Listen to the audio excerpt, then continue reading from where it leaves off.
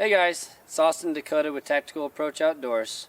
So today we're going to be starting a new series of tree stand placement. Today we're just going to give you a basic overview of what we look for when we're looking for an actual tree after we've found the location. In later videos we're going to go over more of terrain features, funnels, pinch points, and sign that we actually look for leading into those certain pinch points and funnels. So we're going to cover those in more detail in a different video and how we set up differently for each spot. So today all we're going to do is we're going to talk about exactly what we look for in a tree when we get to that spot.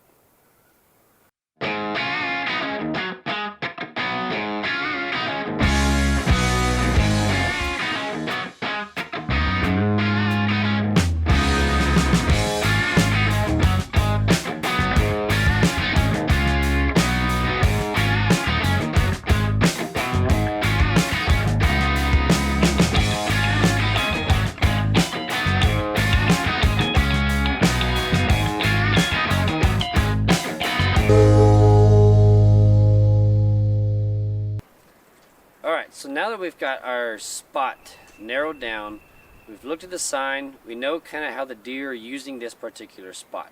We feel really good about the setup. Now we're going to go into actually choosing the tree. You've taken wind into consideration while working with each individual terrain feature. The wind's going to work differently in each feature, and we're going to cover that in more detail in those videos so you know exactly what to think about at those funnels and those terrain features. So you've taken that into consideration already. We like to find a tree that's 15 to 20 yards off of the main movement that we expect the deer to be on. The closer you get to the trail, the more likely you're going to end up getting picked off. You could be 30 feet in that tree and there's still a good chance that they're going to pick you off just because you're so close to the trail, to the main movement, if you're sitting on a scrape, and so forth. Especially if the deer start to actually stay kind of where you're at, stay around your tree, gives them longer to see you. So we like to stay kind of back off of that. It gives us a little bit of room for air, a little bit of more movement available. And then we're still going to look for a tree with a lot of cover. Okay, so this particular tree that I want to be setting up in, it's a little bit bigger than basketball size. So it'll narrow a little bit as we go to the top, but where I'm going to be placing my stand, it actually Ys. So I'm going to be setting that right at that Y, which really helps with your breakup. Anytime you have a Y in the tree, you have some branches kind of sticking out in the tree, anything to help break up your outline, that's what we're going to look for. So I'm going to be probably 20 feet in this tree, so not extremely high, but we really like to sit about that 20 to 25 feet up. We don't need to get it a whole lot higher than that usually, and a lot of times we can't in each individual situation. So we're going to find a tree with a little bit more breakup and also a little bit bigger diameter tree. But I'm not going to turn down a dynamite spot because I've got to sit in a small tree. I've done it before. You can sit in a small tree, you just have to make sure that you're really set off of that trail. You're gonna be swaying a little bit more, so you gotta be a little bit more careful, be more comfortable with the tree moving a little bit more on you than a bigger tree will. But it makes no sense to me to not hunt a golden spot just because it doesn't have the perfect tree to set up on.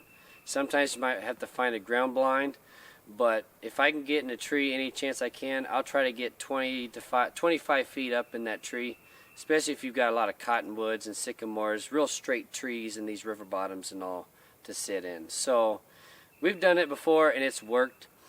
So we won't turn down a good spot just because we can't get that nice big tree. But we'll get up in there, we'll sit up the tree.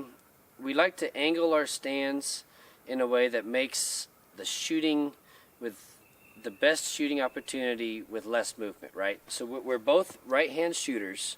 So if we set up in a way where we either face our main shot or just off at an angle, we can stay seated and actually get drawn and have a lot of shooting available. We can spin in the seat just a little bit, adjust. If we have, sometimes we have to stand up and get an offhand shot.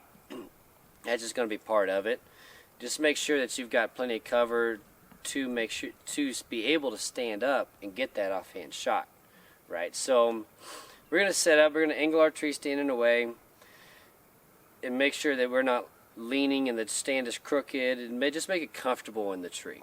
So we're going to really evaluate the tree before we even climb it and really see how the tree leans, really see how the best way to climb the tree and how to set it up. So that's kind of what we're going to look for in that particular tree. Is there anything you want to add to that, Dakota? Yeah, going back to what you're talking about, hunting a smaller diameter tree. The only thing with that is you will look more like a tumor. So you might take into consideration that you will stand out more. So get further off of the trail that you're planning them using. I would definitely recommend that. Also, the ethicality of your shot needs to be something that you really look into, because I think there's a lot of times that shots get made that shouldn't get made. I've done it. We've all done it. It's part of learning. But the thing is, though, is that if you can control that, do it to the best of your ability.